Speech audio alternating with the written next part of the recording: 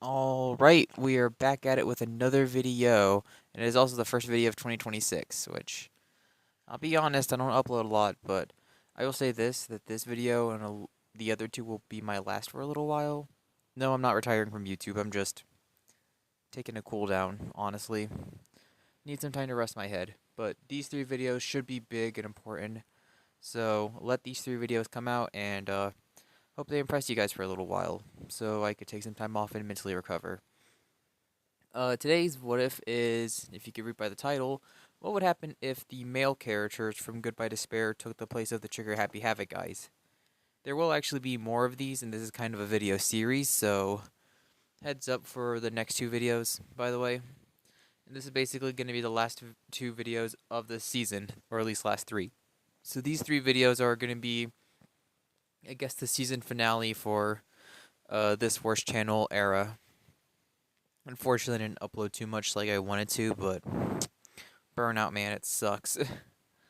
But yeah, I am trying my best to force myself to upload more, and I am gonna try my best to get to a point where I'm at least more comfortable with these videos without honestly just being way too burnt out on the channel.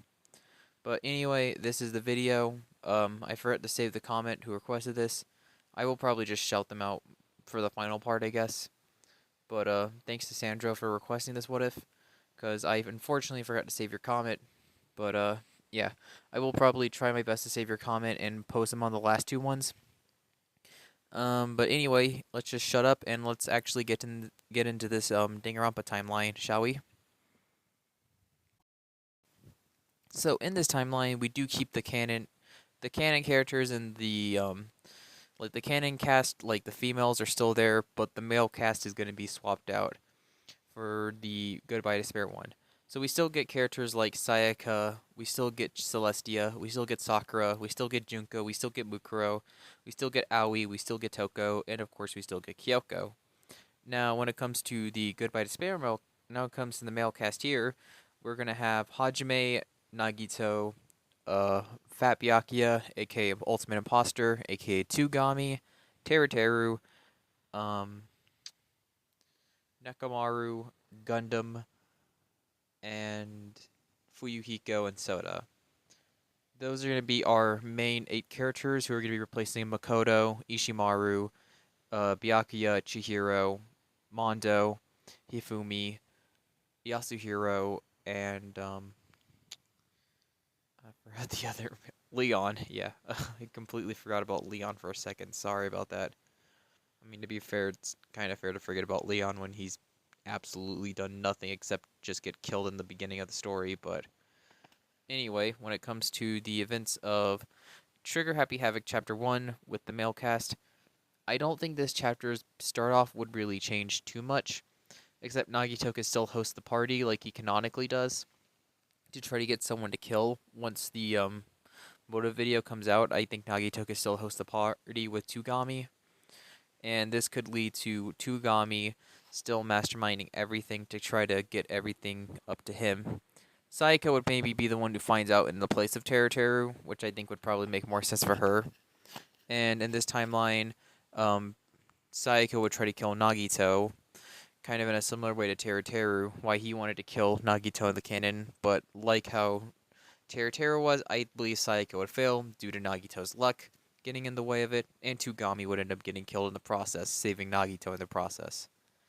So it would kind of be similar to the canon Chapter 1 of Goodbye Despair, but the only change is that Sayaka would be killing Teru instead. I realistically don't really think too much would change in this timeline, except the interactions would be a lot more interesting and different in this timeline. But minus from that, I can't really see anything too really different kind of happening here, except it would be interesting to see how some of the cast react in this timeline. But Sayaka will kill Tugami, in my opinion, in this version of Chapter 1. Now, regarding Chapter 2, this one's going to change a lot because in the canon, it was a male character killing a male character, Mondo killing Chihiro. Now that we've removed both of these characters, how does the story change? Now, judging by the Goodbye Despair male cast, or who we have left, because, Tugami is killed, when it comes to the motive secrets, I can't really think of any of them getting anything that's that personal, or at least willing to kill for. Like Hajime, I don't really think. I'm pretty sure he might have a comedic one like Makoto, but like nothing that he would kill for. Um, Nagito, I can't think of nothing for him. Fuyuhiko might have something to do with his mob ties, but I don't know if he would kill for that never to be revealed. Soda might have something embarrassing, but I don't think he would kill to hide it. I think the same could be said for Gundam. It'd probably be something embarrassing, but he'd probably he wouldn't be willing to kill that, or he just wouldn't really care because he kind of does wear that weirdness of himself as a badge of honor in a way. So I'm pretty sure he'd probably not care if his motive or if at least his secret came out. Um, Nekomaru, I can't really see nothing too personal with him. Uh, I don't really think there's anyone. Unless like Nekomaru was like a secret steroid addict and he he decided to kill to hide that secret, which I guess could work, but I'm not gonna go with that route. It'd be an interesting route to go by, but I'm not gonna go that route. Um, Terror, I don't unless it's like of something about his mom, which maybe he could kill for that if you want to go with the route where Terror kills, but I don't think he'd kill in chapter 2. That's just my personal opinion. But yeah, I don't think anyone from Goodbye Despair really makes sense killing from the male cast. So in this timeline, it'd have to probably be one of the female girls from Trigger Happy Havoc doing the killing, right? And if I'm being realistic, I think it'd probably be Toko. Unless Toko finds someone to reveal her secret to in the spot of Byakuya, but I don't really think anyone from Goodbye Despair would catch her interest romantically, though. Nah. I don't think she'd probably be really that interested in anyone to the extent as she was with Byakuya. Maybe with Hajime, but nah. Maybe Nagito, but nah. Fuyuhiko could possibly work, since Fuyuhiko and Byakuya share very similar personality traits. You could just have Fuyuhiko play the role of, I guess, playing the Byakuya to Toko. That being Toko's new crush, maybe. But I don't know if Toko would be in love with Fuyuhiko, though. I don't really think she'd see anything in him. Um, but honestly, Toko could probably just kill Fuyuhiko realistically. I think it'd make a lot of sense, maybe. I'm pretty sure Toko would end up killing someone. Probably Fuyuhiko because of him, the whole cute boy thing. But not only that, but because I don't think Fuyuhiko she would trust with the secret. I don't know. I could see Fuyuhiko maybe manipulating Toko, but I don't know. He's not. He never really was shown to be that bad of a guy, though. So I don't really think Fuyuhiko would gain anything from manipulating Toko. But I'm pretty sure Toko's going to kill, and I think she might kill like Fuyuhiko or something. But that's honestly all I could really see for chapter 2 in this timeline. Okay, so now we go into chapter 3, and this chapter also does change a lot, but not too much because Celestia was the killer and she basically masterminded everything. So, granted, she didn't do all the killings, but she did mastermind everything to lead to the point for her to get the kill, so she can try to take all the credit and take the money and leave the crew. So in this timeline, I am assuming Celestia still tries to go through with this plan. Who would her new pawns be in the spot of Hifumi, Ishimaru, and Yasuhiro? In my opinion, I'm going to say it's probably Terror to play the role as Hifumi, the person who she tricks into helping her. If anything, I could see Terror just replacing Hifumi as a whole when it comes to the gag with Celestia. Um, Going forward with that, I'm pretty sure Terror basically plays the Hifumi role of being Celestia's servant, and meanwhile, I'm gonna say Nekomaru would probably play as the honorable warrior guy, even though there'd probably not be an AI in this timeline since there's no Chihiro, unless Kazuichi takes the role of making the AI. I think about it, wouldn't it just make more sense to kill off Kazuichi because of the AI? I don't know if Toko would have any reason to want to kill off Kazuichi though. But I'm pretty sure in this timeline Nekomaru can probably not like Celestia or not trust her at all, along with not trusting Terror. So this leads to Celestia not liking Nekomaru, so she may set her sights on him.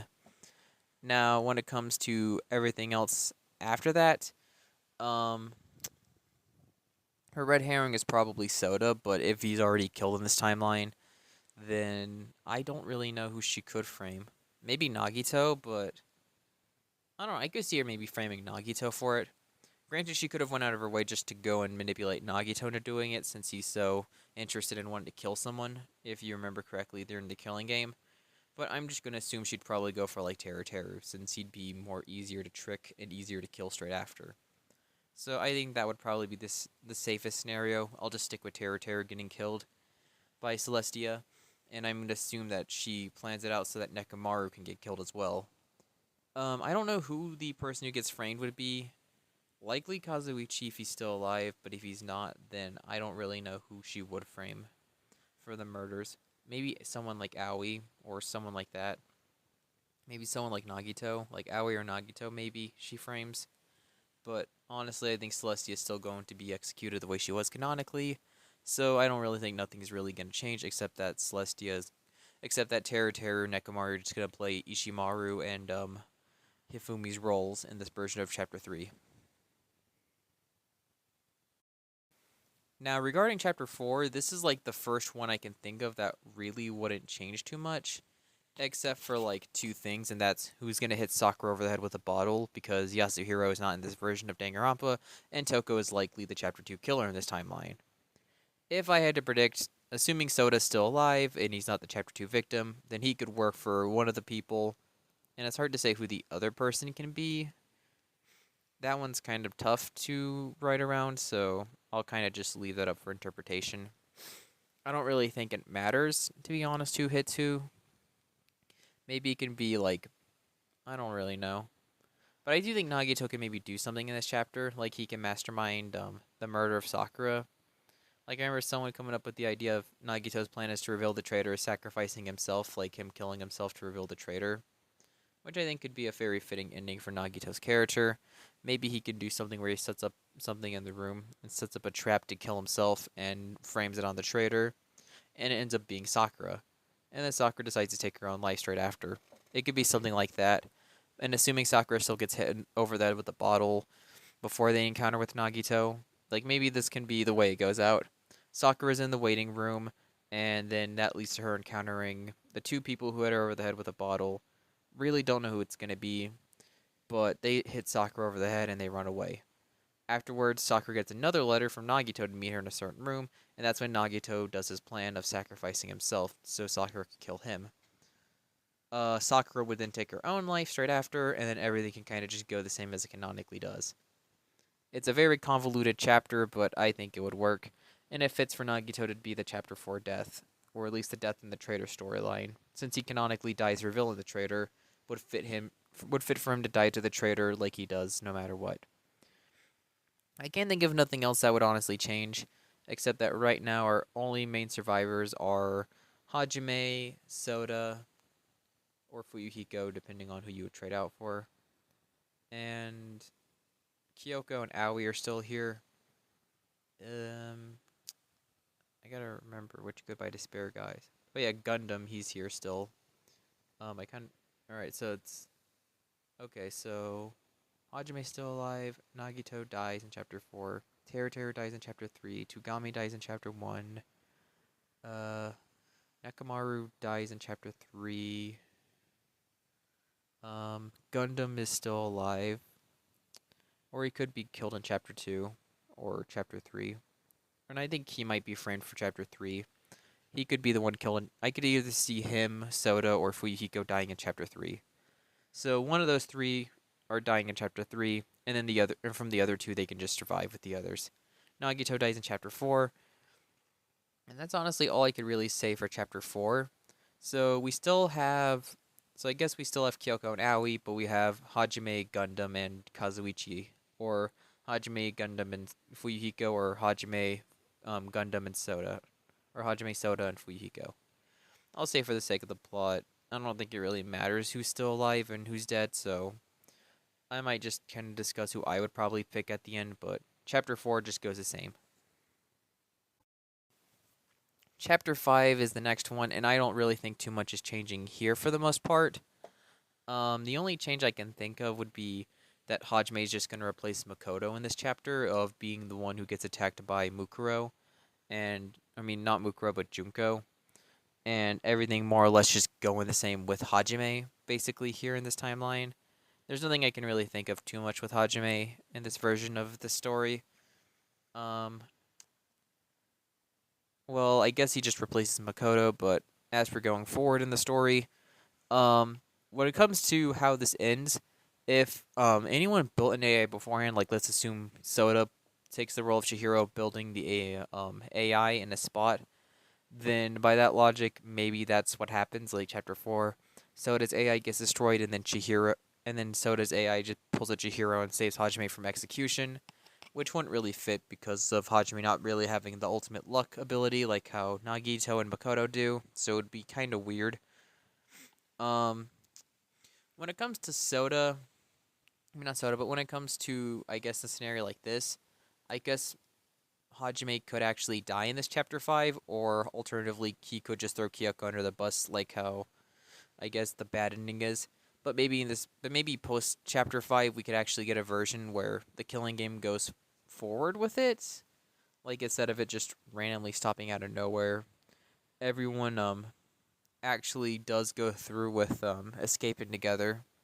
Like let's assume instead, like if they do kill off Kyoko, maybe Hajime, Aoi, Soda and Fuyuhiko work together to try to stop Monokuma, or if Fuyuhiko or Soda's already dead, Gundam could take their place. I can't think of nothing else for chapter 4 in general. So I mean chapter 5, but I could see someone maybe dying in this version, and this motivating the others to actually go through and going against a mastermind. Maybe Kyoko dies, since Hajime is probably going to be important in this next chapter. All right, now we're in chapter 6, and by that logic, Hajime is now Hajime is now leading us through the final half of the story, or it's Kyoko. But yeah. Regardless, it is interesting to imagine would Hajime be Izuru in this timeline. I mean, probably not, because by that logic, I assume Makoto's probably got to take the role of Izuru. No, wait, it wouldn't be Makoto, because we're gonna do the V3 one next. For Goodbye Despair. A spoiler, by the way. But yeah, I don't know who from Goodbye Despair would be a perfect Izuru. But that's not the point. The point is, in this timeline, Hajime is going to be the new protagonist going forward, or like he's gonna be the protagonist who goes against Junko, or maybe it's Kyoko. But I think Junko she still gets stopped regardless. So yeah. In this timeline, our only survivors would still be Aoi, so she lives regardless. And I guess between Hajime and Kyoko, I think one of them would end up dying in chapter 5 while the other survives. And between Gundam, Soda, and Fuyuhiko, I think one of them's going to die in chapter 2 to Toko, and then the other two are just going to be lucky enough to survive in the story. And to anyone wondering about Danganronpa 3, like Future Arc and Despair Arc, Despair Arc obviously would not really change too much, except that we're just replacing the cast around, so Despair Arc would probably be about the V3 cast instead, which definitely could be an interesting storyline to see within itself, and would be cool to see what the V3 cast would do in an animated storyline, not gonna lie. But if we're talking about how the events of but if we're talking about the events of Future Arc, or I guess post stuff like Ultra Despair Girls, let's just assume that this is probably where the world ends, because there's no Toko to save Kamaru, so by that logic, Kamaru's probably dead. Heck, Kamaru probably dies earlier. Even if we're going with the logic that someone is able to replace Byakuya and using the Future Foundation to make that megaphone gun thing, like if someone does that to help Kamaru out, then you also need someone to play the role of helping out Kamaru going forward. Maybe Gundam can do it, which I think he could probably fit that role of being a mentor to Kamaru, I guess. Since Aoi would be stuck in the Despair Arc stuff. I mean, not Despair Arc, but Future Arc stuff. And Kyoko or Hajime are probably going to be with her. Fuyuhiko might join her as well, I guess. Or Soda, but I don't know. I only think one of them's going to die between Soda, Fuyuhiko, and Gundam, and they're going to die to Toko in Chapter 2. But when it comes to this storyline, I don't really think there's too much that would change in the overall story for like Future Arc. But Ultra Despair Girls would be really hard to write around because Toko is very important in the story, unless you can replace her. But if you don't replace her, then Kamaru dies. Warriors of Hope take over the world, and they get their children Fantasyland or whatever they were looking for. uh, that's honestly all I could really say for Ultra Despair Girls. In other words, this could probably be where the world ends in the Danganronpa story. The Warriors of Hope win, and they get to live their world where adults are dead, and kids are the new leaders. And that would basically be where Danganronpa V3 ends. A storyline like that. It's an interesting what if, I will admit. But that is the overall timeline. Uh, Sorry for the bad ending, by the way. I will probably go through and do a different version where it doesn't have a bad ending once I get to the Danganronpa V3 cast in 2. Maybe I'll find a way to retcon this bad ending and maybe the V3 cast can save the day. Who knows? But anyway, thanks for watching. And make sure to subscribe to enjoy the content. And I will see you guys next time. Peace out.